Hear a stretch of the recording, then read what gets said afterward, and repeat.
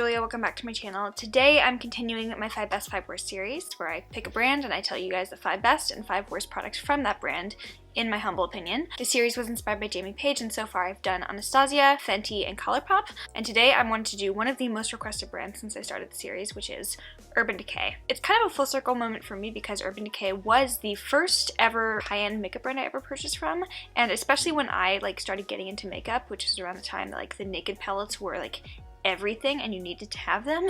Urban Decay was the brand. And I think especially because the whole makeup world has become saturated with a lot more brands to choose from, Urban Decay still has its cult followers and still has its cult favorite products, but I feel like they have kind of dropped off a little bit in terms of coming out with new fun things and staying on the map for people. That being said, that there are some products from Urban Decay that I really love, and also quite a few duds I've tried from them. So I hope you guys enjoyed this video. Full details of this look should already be on Instagram, but I will talk about what I'm wearing on my eyes later in the video. Check out the rest of the 5 best 5 worst series, and without further ado, let's get into it.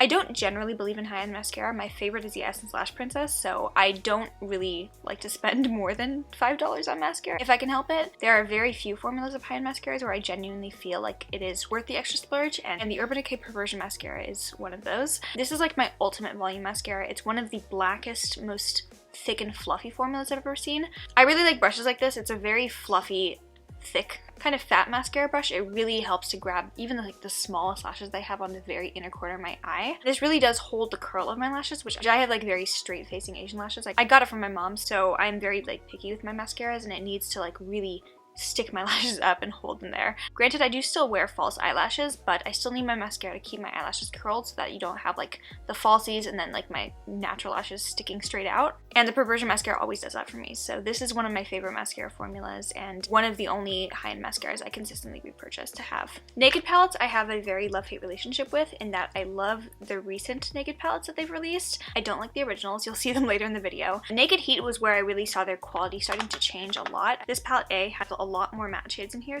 and I just felt like it was a lot better of a color story, and the formula was so much better than I remembered Urban Decay's formula to be. I really do love the Naked Heat a lot. This was a surprise for me. And then my most recent Naked palette edition is Naked Honey. This I've just been really enjoying, so I am wearing this on my eyes right now for this kind of amber eyes look. I use the shades Keeper, Amber, a tiny bit of golden patted onto the very center of my lid, Drip, and HBIC on the outer part, and I had Flyby on the inner part of my eye. I've loved every single look I've gotten out of this palette so far. Again, I feel like the formula in here is the same as in the Naked Heat, very different from the original Naked palettes. The mattes are so creamy and very easy to blend, and the shimmers in these two palettes I don't have any problems with fallout, whereas with the original Naked palettes that was a huge problem for me. So overall, I've just been really enjoying working with this palette so far. If you like yellowy kind of mustardy tone neutrals, I think you'll really enjoy this palette a lot. But these two I think are lovely, and I've heard really good things about the Naked Cherry as well, so I'd probably loop that palette in with these two, but I haven't tried it personally. But yeah, I'm not a huge fan of the entire Naked line. I just think these two palettes in particular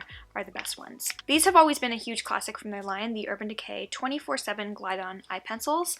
I'm not even an eyeliner person. I rarely ever wear eyeliner, but even I can recognize that these are really good eyeliners. They also have a bunch of different colors. I think they were one of the first brands to really branch out in terms of offering really cool colorful options for makeup. Now we see brands coming out with really fun color stories and not being afraid of color, but Urban Decay has always been a little bit more edgy, in that Tarte and Too Faced were always doing pure brown. And Urban Decay, while yes, pretty much everything colorful they came out with was shimmery, it was still fun and kind of fresh.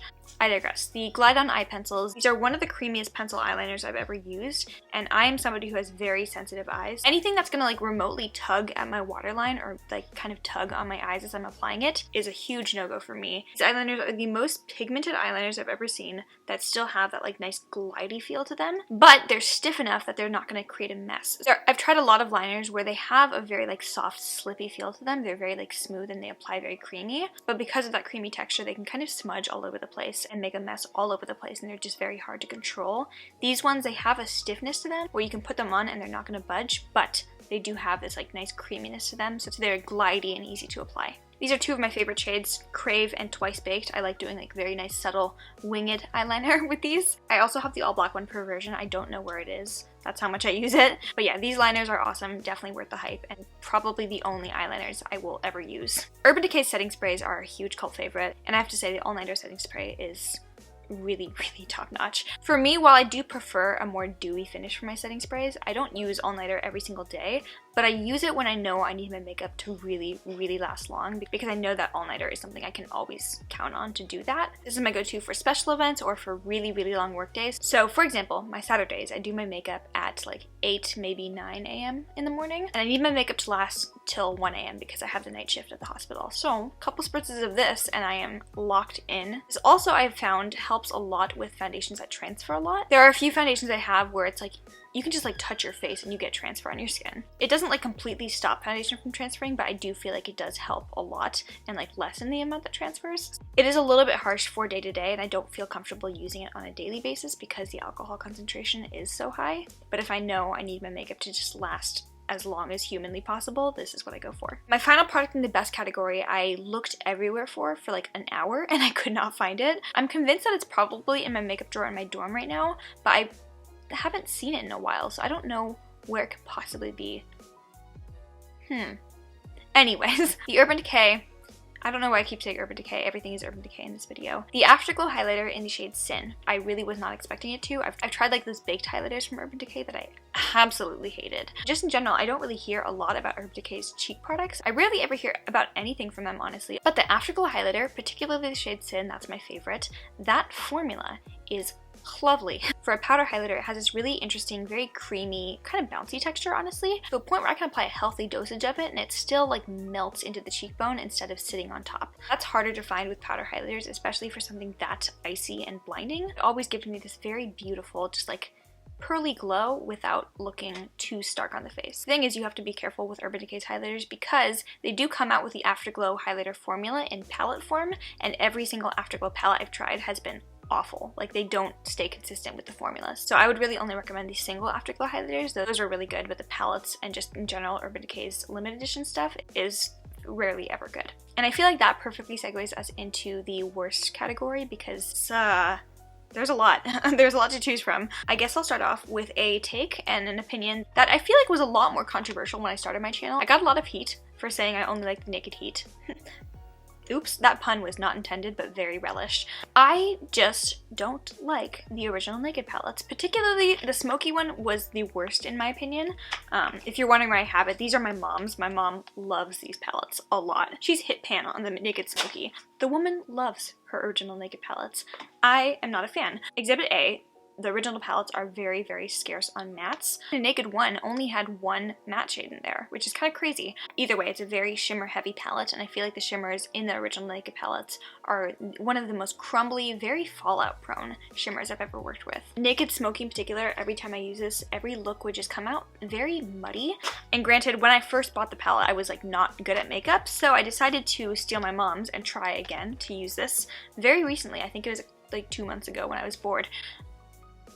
Yeah, it's still not good. So I really do not like the original Naked palettes. I think for what they were at the time, which was like the first ever example of like an eyeshadow palette, I think they did revolutionize the makeup world, but I think they are very outdated. And there are definitely formulas, even within Urban Decay's current line, that are bounds and leaps better than this. Urban Decay also very much likes to like take one product that was successful and then use the name of that product to create entire lines and capitalize off the success of that one product. Naked, obviously, but also their all-nighter line. The all-nighter setting sprays are beloved, but they have the all-nighter foundation, which is a very full coverage foundation, one of the worst foundations I've ever tried on my own skin. I never expect a full coverage foundation to look like my skin, or I never expect it to look like seamless and skin-like. The bare minimum I expect for a full coverage matte foundation is for it to last long, and for some reason, all-nighter just did not last well on my skin. No matter how much setting powder I used, how much primer, how much setting spray, it just did not agree with my face and made me look about 6 million years old. I also really did not like the all-nighter full coverage concealer that they came out with as well. That, I believe, came out around the time that Shape Tape was like at the height of its popularity, so people were doing like comparison videos, Shape Tape versus the all-nighter concealer. It just does not come close, and I don't even think Tarte Shape Tape is like the end-all be-all of concealers. I have ones I like more than that, but I do think that Shape Tape was a lot better than the all-nighter concealer. It was just such a heavy, crepey, very apparent concealer on the under eyes. It's not very easy to blend. You had to work very quickly to blend it out, otherwise it would like dry on your skin and it wouldn't like be able to move. Just not a good time. I don't love Urban Decay's complexion products. The all-nighter line in particular, no bueno. This is one of my most unpopular opinions, but also I know a lot of people do agree with my unpopular opinion. I don't like the Born to Run palette.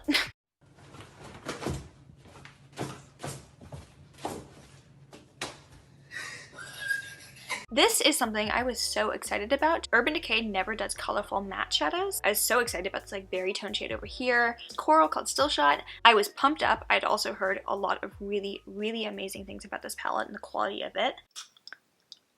Ciao. Anyway, so I think this is the most overhyped palette without quality to back it up. It's just not great. I had a very hard time getting vibrancy out of these shades, particularly the more colorful mattes. So Hellride, Baja, and Still Shot were just very muted on the eyes. The shimmers in here lack color payoff and dimension. I just feel like they're very flat and muted on the eyes. And also a lot of these like darker shimmers down here have a lot of fallout. I didn't mind the neutral mattes, but for $50, this palette was a huge, huge disappointment, especially for all the hype that I got. I know that it's probably a great palette for people who like maybe can't wear as punchy colors to work, so these shades with their like mutedness are a little bit more office appropriate. But I heard a lot of people who really like colorful eyeshadows talking about this palette like it was awesome, and I just didn't get it. Oh god. Does anyone else remember that like fever dream period where the Urban Decay came out with the Troublemaker mascara, marketed it as a sex-proof mascara, and then people were making videos testing out the sex-proof claim? Because I remember that. What a traumatic time to be alive. Urban Decay's Troublemaker mascara, I believe, came out 2018. I think almost unanimously people did not like that mascara. For me, I was very excited about it. I think it was a points perk or maybe like a free sample from Sephora that I got. But knowing how much I love Perversion mascara, I was super, super excited about that mascara. Wow. Shit smudged everywhere. I don't know what kind of dry sex y'all are having. But that did not last through a day of junior year in high school. Well, I did cry a lot in junior year.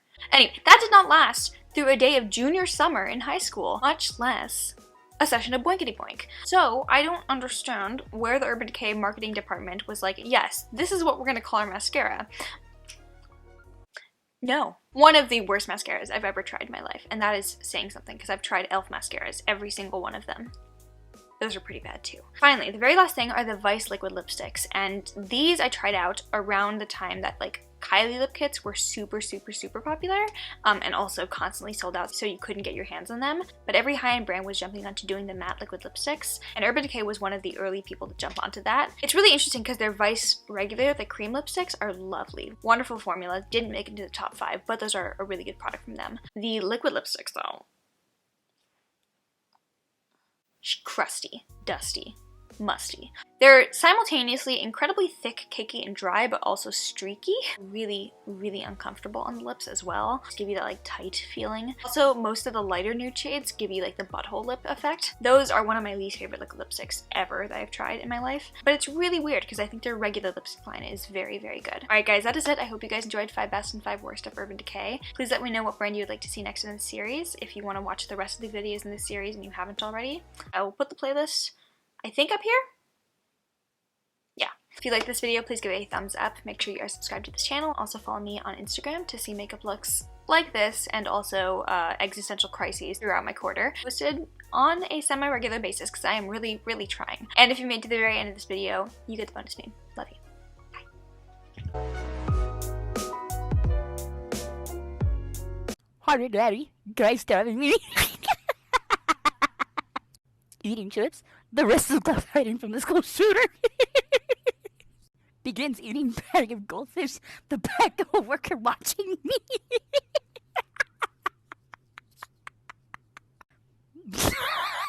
Me leaving my seat. Everyone on the roller coaster.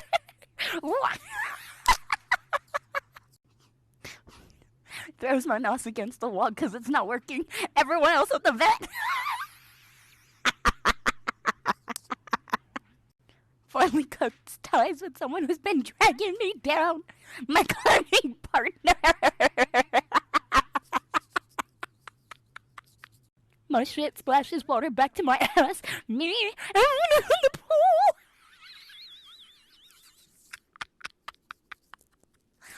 Oh, okay, I'm good.